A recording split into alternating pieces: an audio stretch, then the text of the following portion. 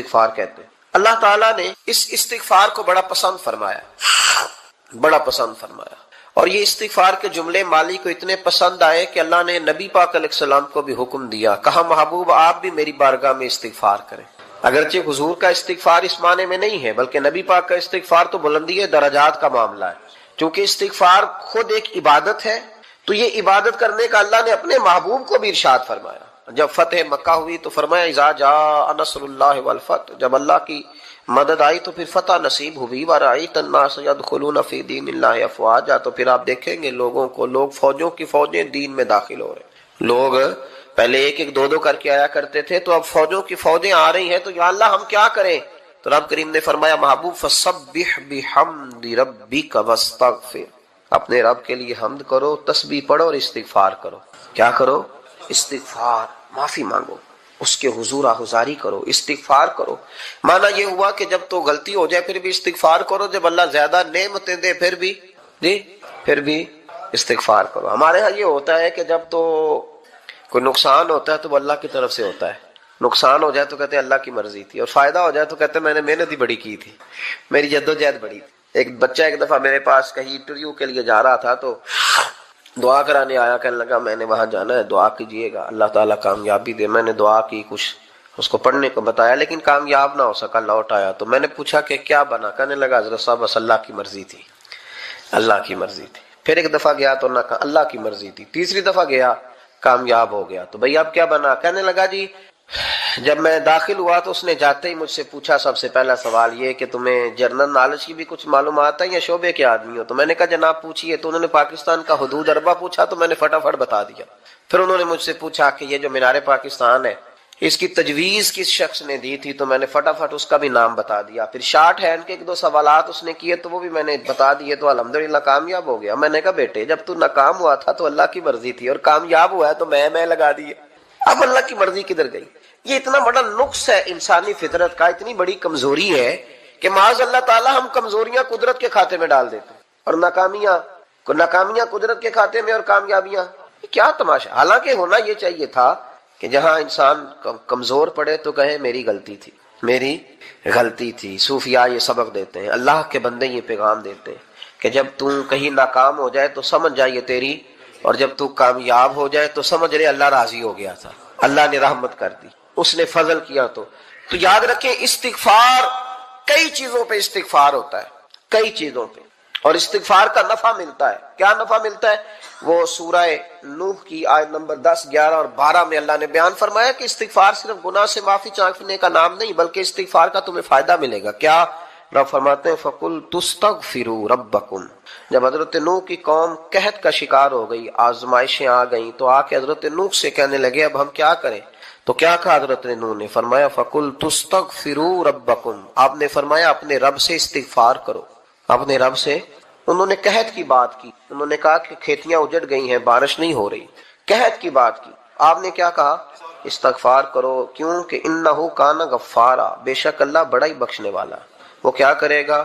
یرسل السماء علیکم مدرارا، وہ تم پر موسلا دار بارش برسائے گا۔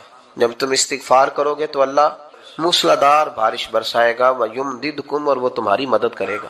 استغفار کرنے والے کی اللہ کیسے مدد کرے گا؟ بِأَمْوَالٍ وَبَنِينَ، تمہیں مال بھی عطا کرے گا اور بیٹے بھی عطا کرے گا، بارش بھی دے گا استغفار کرنے والے کو، اور مال اور اولاد سے اس کی مدد بھی کرے گا۔ وَيَجْعَلْ لَكُمْ جَنَّةٍ وَيَجْعَلْ لَكُمْ أَنْهَارًا، اللہ تمہیں جنت بھی عطا کرے گا اور تمہیں نہریں بھی عطا فرمائے گا، تمہارے لیے جنت بھی بنائے گا، انہار بھی بنائے گا۔ توبہ کا، استغفار کا تمہیں یہ فائدہ ملے گا۔ ایک استغفار ہمارے بزرگوں نے وہ لکھا ہے کہ جب انسان کو اللہ نعمتیں دیتا ہے تو پھر رب کا حکم ہے کہ اس پر شکر بھی کرے، نعمتوں پر اللہ کا شکریہ نہ کرنے پر بھی استغفار کرنا چاہیے کہ اللہ تو نے بڑا کچھ دیا تھا پر میں شکر ادا اس پر بھی۔ ہمارا تو اب یہ حال ہے کہ جو ہمارے پاس چیزیں ہیں وہ ہم کہتے ہیں یہ تو میرا حق تھا، لیکن جو نہیں وہ مجھے فٹافٹ ملنی چاہیے۔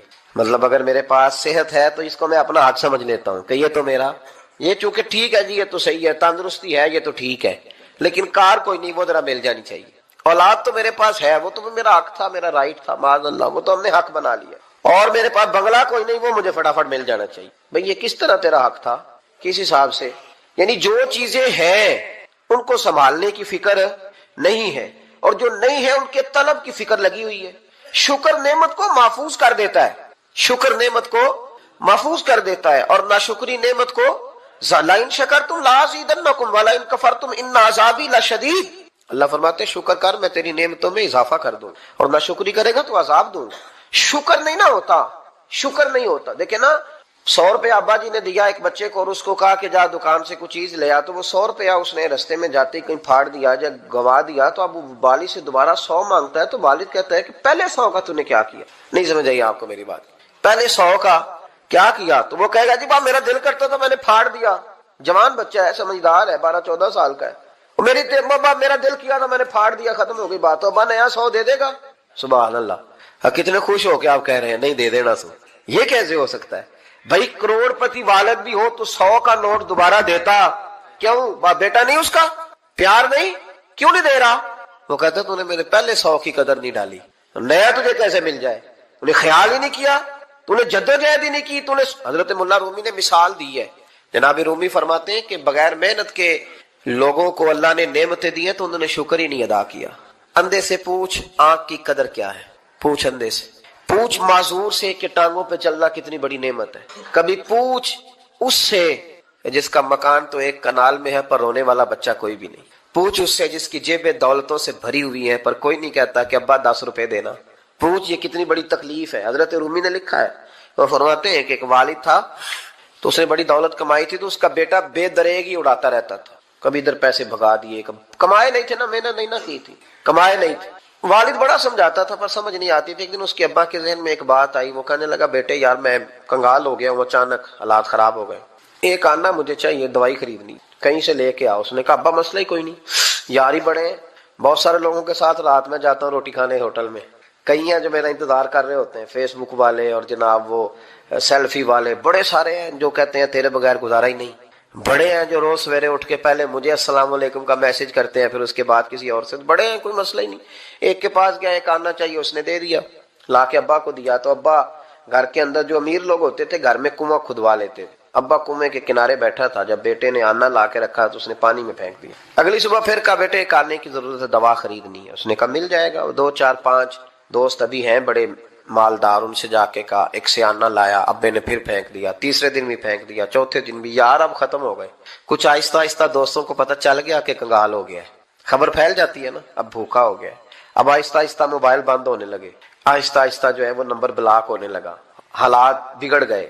اب جب اسے پتا تھا کہ یار تو اب دروازہ کھٹکھٹاتا ہوں تو کہتے ہیں کہ اسے کہہ دو میں گھر نہیں، ابا نے تو آنا مانگنا ہے اور میں بے دریغ دولت ابا کی اڑاتا رہا ہوں، اب یہ بھی نہیں کہہ سکتا کہ مجھے دیتا کوئی نہیں.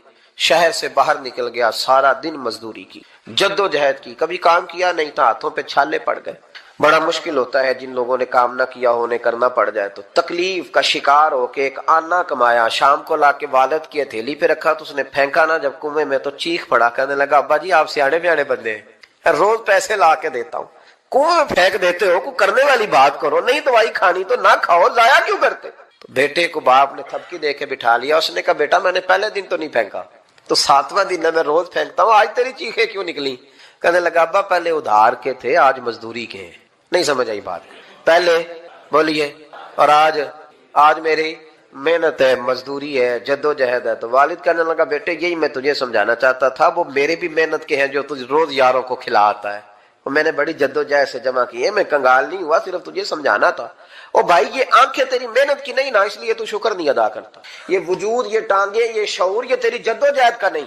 جو عقل کی دولت اللہ نے دیا نا یہ تیری محنت کی نہیں. اگر محنت کی ہوتی تو سجدے میں پڑا رہتا، تو خیال کرتا. اللہ نے آنکھیں دیا قرآن دیکھنے کے لیے، جب کوئی کسی گندی چیز کو دیکھتا ہے تو ناشکری کرتا ہے، جب غلط طرف اٹھاتا ہے یہ چیزیں تو ناشکری کرتا ہے. صاحبو یاد رکھنا اور اس پر ضرور غور کرنا کہ جب نعمتوں کا شکر ادا نہ کیا جائے تو پھر ہمیں استغفار کا حکم دیا گیا ہے. پھر کیا کرنا ہے ہم نے؟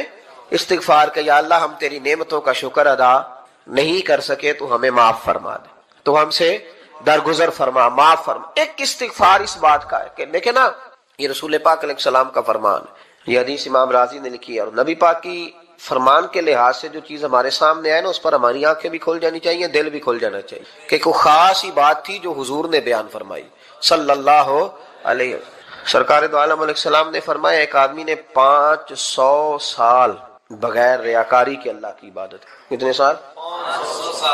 5 سال نہیں ہوتی بغیر ریاکاری کی. تہجد پڑھنے والا جب تک 6 لوگوں کو بتا نہ دے تہجد پڑھی ہے، اتنی دیر تو تہجد آگے بڑھتی نہیں. کم از کم 6 بندوں کو پتا ہونا چاہیے. اور میرے جیسے حاجی نمازیوں کا تو دل کرتا ہے کہ وظیفے پہ بندہ رکھا جائے جو تعریفیں کرے صبح و شام. حاج صاحب کی کیا بات ہے، حضرت صاحب کی وظیفہ دیں گے اس کو مہینے کا، وہ تعریف کرے کھول کے کہ آپ کی بڑی بات. یہ مرض ہے، تعریف سننا نا یہ بیماری ہے، اس نے جھوٹ کو جنم دیا ہے، بہت بڑا مرض ہے. حضرت سعدی نے اس پر بہت بڑے مقالہ جات لکھے ہیں اور فرماتے ہیں یہ مرض کچھ لوگوں میں بہت زیادہ ہوتا ہے. ایک امیروں میں، امیر لوگ ناراض نہ ہو جائیں پر انہوں نے کہا ہے تو کوئی حکمت ہوگی نا، امیروں میں تعریف سننے کا مرض بہت زیادہ ہوتا ہے. فرماتے ہیں ایک بادشاہوں میں اور تیسرا عورتوں میں، ان میں یہ بیماری بہت زیادہ ہوتی. کوئی تعریف نہ کرے تو خود اپنی کرنی شروع کر دیتے ہیں، خود ہی کہہ دیتے ہیں کہ کیا بات سی میرے ابا جی تے وہ تے 100 حال چلدا سی تے 150 بندہ ٹکر کر ابا جی دی چھڈ تو دس تیرے کنے چل دے، تیرے کو کنے بندے روٹی کھانے، اپنی بات کرنا. اقبال کہتے تھے تو وہ آباد تمہارے ہی مگر تم کیا ہو، ہاتھ پہ ہاتھ درے منتظر فردا. ابا جی کی دادا جی کے چھوڑ اپنی کر، ہمیں تو تیرا پتہ ہے تو اپنی بات کر، تیرے اندر بھی کوئی چیز ہے کہ نہیں. ابا دادا تو سب کے بڑے، حضرت آدم کی اولاد ہے تو حضرت آدم نبی تھے، تو باپ دادا تو سب کے بڑے بڑے ہی ہیں. بات یہ ہے کہ اپنی بات کرنی چاہیے نا. تو یہ بیماری ہے، یہ نقص ہے. 500 سال بغیر ریاکاری کی عبادت اور بیان میرے نبی کریم علیہ السلام فرما رہے ہیں. 5 بولیے، یہ بہت بڑا مسئلہ ہے. دکھاوا نہ ہو، ریاکاری نہ ہو. ہم مجالس میں جاتے ہیں نا جناب، محافل میں، تو لسٹ ملتی ہے، یہ چودھری صاحب نے صدارت ہے، انہوں نے خصوصی تعاون کیا ہے، تو یہ فلانے صاحب ہے تو ان کا بھی نام لینا ہے. تو میں کبھی کبھی کہہ دیتا ہوں کہ یار آپ نے تو کہا تھا یہ نبی پاک کی تعریف کی محفل ہے اور یہاں آپ نے لسٹ لگا دی ہے پوری تعریف کرنے والوں کی. کچھ ضروری ہے کسی کا نام لینا اور اس کا جناب ذکر کرنا اور اشتہار پہ اس کی فوٹو آنا، یہ کچھ ضروری ہے؟ ویسے بھی کوئی اچھا لگتا ہے کہ نبی پاک کے نام کی محفل اور میں صدارت کر رہا ہوں؟ ڈرنا چاہیے نا مجھے اللہ تعالیٰ. حضور کی محفل اور میری صدارت، اس پر کبھی غور کریں. اگر کوئی راہ طریقت کا مسافر ہوگا تو تڑپ جائے گا کہ نبی پاک کے نام کی محفل اور سرپرستی ایک ایسے آدمی کی جس کو وضو تک نہیں کرنا آتا. 6 معنی دار ہے، وہ دھندا ہے معاذ اللہ تعالیٰ، جس کا جو دل کرے وہ کرتا جائے. 500 سال بغیر ریاکاری کی عبادت کی، 5 بڑا مشکل ہوتا ہے. حضور فرماتے ہیں یہی بندہ جب اللہ کے حضور کھڑا کیا جائے گا تو رب کریم اس سے کہے گا کہ چلو اس کو میرے فضل سے جنت میں لے جاؤ. تو عرض کرے گا مالک فضل تو ٹھیک ہے پر 500 سال لگائے ہیں میں نے. 5 وہ مولوی صاحب میری طرح کے بیچارے جو امام مسجد ہوتے ہیں نا، تو وہ بھی کہتے ہیں جب میں آیا تھا تو 30 بچے تھے مسجد میں، اب 80 ہو گئے. اور بھائی یہ بندوں کو بتانے کی کیا ضرورت ہے، یہ تو اللہ کی رضا کے لیے ہے نا، تو چھوڑ اس میں اتنا تذکرہ کرنے کی کیا حاجت. 500 سال جس نے لگائے، بول پڑا یا اللہ 500 سال لگائے اور تو کہتا ہے کہ اس کو میرے فضل سے لے جاؤ. تو رب کریم نے فرمایا چلو کوئی نہیں، پھر انصاف کر لیتے ہیں. الٹی آنکھ کی روشنی نکال کے ترازو کے ایک پلڑے میں رکھو اور 500 سال کی بغیر ریاکاری کی عبادت دوسرے پلڑے میں رکھو. کبھی اس مریض سے پوچھنا جس کو ڈاکٹر کہہ دیتا ہے کہ تیری آنکھ کا علاج نہیں ہو سکتا. بے بس ہوتے ہیں ڈاکٹر، جواب دے جاتا ہے شعور. پوچھ کبھی اس شخص کو کہتے ہیں بس جناب اب آپ اپنی آنکھیں موجود ہونے کے باوجود آپ دیکھ نہیں سکتے، اتنی موٹی آنکھ لگی ہوئی ہے، لیکن روشنی اللہ چاہے تو دیتا ہے، نہ چاہے تو نہیں دیتا. 5 ایک آنکھ کی روشنی ایک پلڑے میں رکھ لو اور دوسرے میں 500 سال کی عبادت رکھ دی. اللہ اکبر. تو رب کریم نے فرمایا اب تولو. جب تولی تو وہ عبادت تھوڑی تھی اور ایک نعمت زیادہ تھی.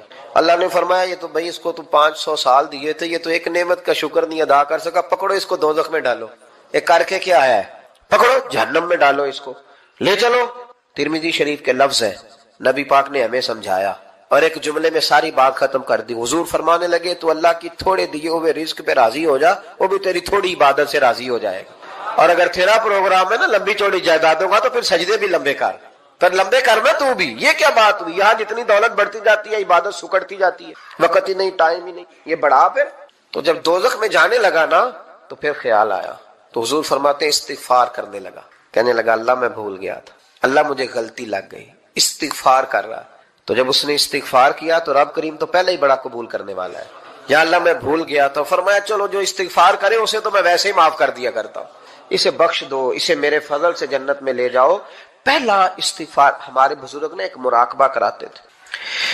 مراقبہ ان فی خلق السماوات والارض واختلاف اللیل والنہار لآیات لأولی الالباب.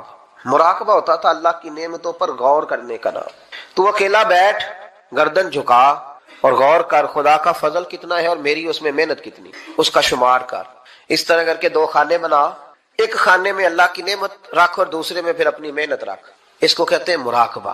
یہاں سے مراقبہ سٹارٹ ہوتا ہے. اور اگر تو شکر ادا کر رہا ہے تو پھر ٹھیک ہے، ورنہ پھر استغفار کر، پھر اللہ کے حضور معافی مانگ، پھر اس کے حضور آہوزاری کر، پھر اس سے کہہ کہ وہ معاف کرے. ہم لوگ یہ والا مراقبہ نہیں کرتے، اس لیے جو چیز ہے وہ تو میرا حق تھا، مجھے فٹافٹ دوسری بھی چاہیے. استغفار کریں اس لیے کہ ہم شکر ادا صحیح طور پر کر سکے. پھر اس کے بعد دوسرا استغفار اس وقت ہوتا ہے اللہ اکبر کہ جب انسان باشعور زیادہ ہو پر بے عمل بھی اتنا ہی زیادہ ہو، اسے بھی استغفار زیادہ کریں. اب میرے سمیت کسی بھی آدمی کو چھیڑیں گے نا تو دنیا اور مافیہا کی وہ باتیں کرے گا، لیکن جب اس کا عمل دیکھا جائے گا تو کچا سا، پلپلا سا، کمزور سا. یعنی ایسے لوگ ہیں جو ماں باپ کی عظمت پر 6 گھنٹے تقریر کر سکتے ہیں، لیکن اگر ان کی اماں سے جا کے پوچھا جائے کہ بیٹے کا حال کیا ہے جی، تو کہتے ہیں بڑی تکلیف میں ہو، اپنے بیٹے کے سبب سے وہ بڑی آزمائش کا شکار. بھئی تیری 6 گھنٹے کی تقریر کا معنی کیا ہوا؟ تو لفظوں کے گورکھ دھندے کا ماہر ہے. لفظوں میں ادھر گیا ہوا تھا بڑی دور پنجاب کے ایک شہر میں، تو ایک صاحب مجھے کہنے لگے کہ میری 21ویں سالانہ محفل ہے. میں نے کہا آپ نماز پڑھتے ہیں؟ کہتے نہیں. تو میں نے کہا محفل کا کیا معنی رکھا ہوا ہے آپ نے؟ یہ کیا ہے، رسم ہے؟ فلاں بہت بڑے عالم کو میں نے بلایا، فلاں کو بھی بلایا، فلاں نعت خامی. یہ کیا ہے؟ اگر تو نمازی نہیں آج تک، اس کو کیا سمجھتا ہے تو؟ میرے جی فلاں بزرگ سے بھی تعلقات ہے، تو نے کیا حاصل کیا ان سے؟ تعلقات کا کیا مطلب ہوتا ہے؟ فوٹو آتی ہے ساتھ، اخباروں میں تصویر لگ گئی، فیس بک پہ آ گیا کہ میں ان سے ملا ہوں، اتنا تعلق ہے؟ یہاں تو بھائی خوشبو کے قریب سے بندہ گزر جائے تو خوشبو آنے لگ جاتی ہے. تو نے پایا کیا؟ شعور ہونا اور عمل نہ ہونا بہت بڑی مصیبت ہے. اس سے اللہ کی بارگاہ میں استغفار کرنا چاہیے. یعنی انسان کو عقل ہو، پتہ ہو، خبر ہو، اور اس کے پاس ڈھیلے کا عمل نہ ہو. اس کو 3400 حدیث آتی ہو کہ نماز نہ پڑھنے والے کی سزا یہ ہے، پھر بھی نہ پڑھے تو سزا ہے کہ نہیں اللہ کی طرف سے؟ حضرت رومی رحمت اللہ علیہ فرمایا کرتے تھے بہت سارے بندوں کو اللہ سارا کچھ دیتا ہے، مسجد آنے کی توفیق نہیں دیتا. معنی یہ ہے کہ اللہ ان سے ناراض ہے. وہ کہتے ہیں کہ میں بڑا سمارٹ ہوں. تو عقل ہونا اور عمل نہ ہونا، اس پر بھی استغفار کرنا چاہیے. شعور ہو اور انسان کو عمل کی توفیق. یار ساری زندگی گورکھ دھندے میں گزر گئی لوگوں کی، لفظوں کے بڑے ماہر رہے، اور میں ایسے لوگوں کو دیکھتا ہوں تقریریں 6 گھنٹے کی، 9 گھنٹے کی تقریریں سنتے ہیں، بیٹھتے ہیں مجالس میں، نماز کا وقت آتا تو مصیبت بن جاتی، بھاگتے ہیں، جان چھڑاتے. مسجد کی حاضری 20 منٹ کی بھی صحیح نہیں دے سکتے. کیا ہے یہ کیوں پوٹ بن گیا تیرے اوپر؟ غور کر، ڈر اللہ سے. میرے نبی کریم علیہ وآلہ وسلم نے ارشاد فرمایا قیامت کے دن کچھ لوگ کئیوں کی بات سن کے جنت میں چلے جائیں گے.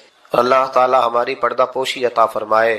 کہا کچھ تبلیغیں کرنے والے دوزخ کے دروازے پہ کھڑے ہوں گے تو وہ جنتی کہیں گے کہ مولانا پیر صاحب ہم تو آپ کی بات سن کے جنت میں جا رہے ہیں، تو آپ یہاں کیوں کھڑے ہیں؟ تو وہ کہیں گے ہائے افسوس، میں کہتا تو رہا پر عمل نہ کر سکا.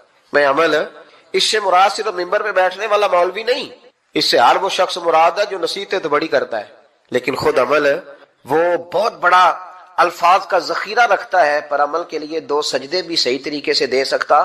پھر وہ استغفار کرے، پھر وہ اللہ کی بارگاہ میں معافی مانگے، پھر وہ توبہ کرے. اس لیے کہ جو جتنا بڑا ہوتا تھا نا اس پہ خشیت بھی اتنی زیادہ طاری ہوتی، اس پر خشیت بھی اتنی جتنا. حضرت عمر فاروق رضی اللہ تعالیٰ عنہ کو زخم لگ گیا، شدید زخم لگا، آپ آ گئے، بڑی زیادہ خون بہ گیا ہے، بہت سارے صحابہ آپ کے گرد جمع ہو گئے، حضرت عبداللہ ابن مسعود بھی آ گئے، تو جناب عمر رونے لگ گئے. اب تو رونا آتا ہی نہیں لوگوں. حضرت محی الدین ابن عربی کہا کرتے تھے جس کو پورا ہفتہ ہو گیا نا وہ طریقت کا مسافر بھی. جاگ رہے ہیں آپ حضرات؟ کہتے تھے جس کو پورا ہفتہ ہو گیا نا طریقت کا مسافر بھی ہے، پر اللہ رسول کی یاد میں رویا نہیں. فرماتے تھے مجھے تو اس کے ایمان پر شک ہونے لگ گیا کہ 8 دن ہو گئے اسے خیال ہی نہیں آیا. حضرت عمر میدان میں جس شخص کے کبھی پاؤں نہیں لڑکھڑائے، اللہ رسول کی بات آتی تھی تو دریا بہتے تھے آنسو. یہاں حال ہی کوئی نہیں، خشک جملے اور جناب موٹے موٹے تراشے ہوئے فکرے اور لفظوں کی ہیرا پھیری، اس کے علاوہ کوئی چیز نظر ہی نہیں آتی. حضرت عمر رونے لگے، آخری وقت ہے، تڑپ رہے ہیں، آنسو بہ رہے. حضرت عبداللہ ابن مسعود آ گئے، انہوں نے کہا عمر تیری ہجرت بھی بڑی باکمال تھی، تیرا اسلام قبول کرنا بھی بڑا ہی باکمال تھا، حضور بھی تجھ سے ہمیشہ راضی رہے. عمر تو روتا کیوں ہے یار؟ بات تو یہ ہے کہ جب تو نے خلافت سنبھالی تو پھر تیرے طریقے بھی باکمال ہی تھے، اور جب تو میدان میں اترتا تھا پھر بھی تیرے معاملات باکمال تھے، اور جب تو مال غنیمت بانٹتا تھا پھر بھی تو باکمال. یار ہر موقع پہ تو باکمال تھا تو جاتے دفعہ روتا کیوں ہے؟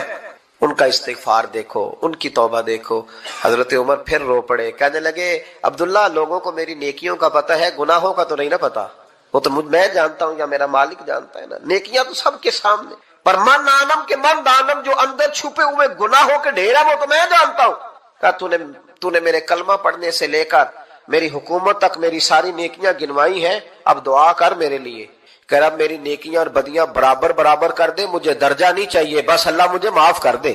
درجوں کی ضرورت نہیں ہے۔ یہاں تو لوگ درجات لے کے بیٹھے، حافظ کہتا ہے کہ میں جتنے آیتیں ہوں گی اتنے میرے درجے بلند ہوں گے، پہلے درجوں والا کام تو کوئی کرنا۔ مولانا کہتے ہیں کہ نور کے ممبر پہ بیٹھوں گا، بھائی پہلے بتا نور کے ممبر کی طرف تیرا سفر بھی جاری ہے کہ نہیں؟ تاجر کہتا ہے کہ میں سخاوت کروں گا تو حضرت عثمان کے ساتھ جگہ ملے گی، پر حضرت عثمان کی سخاوت اور اپنی سخاوت کا فرق بھی دیکھ۔ مجاہد کہتا ہے کہ میں نبی پاک کے جہاد والے صحابہ کی پشت پہ رہوں گا تو پہلے اپنے کام تو دیکھ۔ اور جب ساری باتیں سمجھ میں نہ آئے تو پھر اللہ کی بارگاہ میں استغفار کر، پھر بیٹھ۔ بڑے لوگ استغفار کرتے، معافی چاہتے، اور یہ استغفار پھر اتنا کرم کرتا، اتنی آسانی کرتا، اس قدر بہتری کرتا کہ وہ مانگ تو اپنے گناہوں کی معافی رہے ہوتے تھے اور اللہ رحمتوں کے دروازے کھول دیتا تھا، اللہ ان پر کرم کے دروازے۔ حضرت امام حسن کے پاس ایک شخص آیا، حضرت امیر معاویہ بھی بیٹھے تھے، تو اس نے امام حسن سے آ کے کہا کہ حضور اولاد نہیں ہے، کوئی دعا کر دے۔ توجہ ہے میری بات پر؟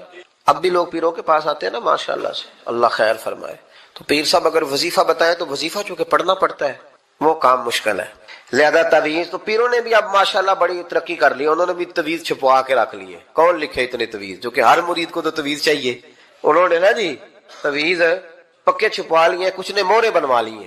دیکھتا رہتا ہوں، میرا شعبہ ہے نا، میں دیکھتا رہتا ہوں کہ مور لگائی، اس کو باندھا، اللہ خیر کرے۔ تو اب وہ نفسیاتی معاملہ ہے، ظاہر ہے 100 بندہ تعویذ لے کے گیا ہے تو 1.5 کو تو فرق پڑے گا ہی نا بیچ میں، تو جس کو فرق پڑ گیا اس کا فیس بک پہ دے دیا کہ یہ میری کرامت ہے جی، تو جس کا نہ پڑا جی جڑے محرم راز حقیقت دے او تے راز حقیقت کھول دے ہی نہیں، اے جنہ ویکھیا نہیں او کرن گلاں، جنہ ویکھ لیا او تے بول دے ہی نہیں۔ ہمارے ایک حضرت تھے تو ان کے پاس ہم بیٹھے تھے، نیک آدمی، تو تعویذ دیا تو مرید کہنے لگا حضور دوبارہ کب آؤں؟ کہنے لگے فرق پڑ گیا تو آ جانا، نہیں تو کہیں اور چلے جانا۔ اس لیے کہ شیخ عبدالعزیز دباغ رحمت اللہ علیہ کے ایک مرید نے کہیں تنقید کر دی تھوڑی سی، یہ لفظ بس نہ بہت بڑے ہیں، ان کی میں تشریح نہیں کروں گا، جتنے جملے اتنی بات کر کے بیت جاؤں گا، ان کی تشریح نہیں ہو سکتی، یہ ان کی توضیح نہیں ہو سکتی، کچھ تفصیل نہیں ان کی ہو سکتی، یہ جملے بڑے، میں کوئی تشریح نہیں کروں گا۔ اس نے کہا کہ حضور فلاں فلاں فلاں فلاں جگہ مجھے پریشانی ہے آپ کے حوالے سے، تو آپ فرمانے لگے میں نے کون سا باندھا ہوا ہے، نہیں سمجھ میں بات آتی تو کہیں اور چلا جا، باندھ کے رکھا نہیں، دروازے کھلے ہوئے، کہیں اور چلا جا، ختم ہو گئی بات۔ تنقید کرنے کی ضرورت چھٹی، اس لیے کہ وہ لوگ بت نہیں بناتے تھے کہ بس ادھر ہی پوجا کرنی ہے کہ کہیں اور نہیں جانا، یہ چھوڑے، ہے نا ہمارے چکر چلا ہوا، میرے علاوہ کہیں اور نہ جانا۔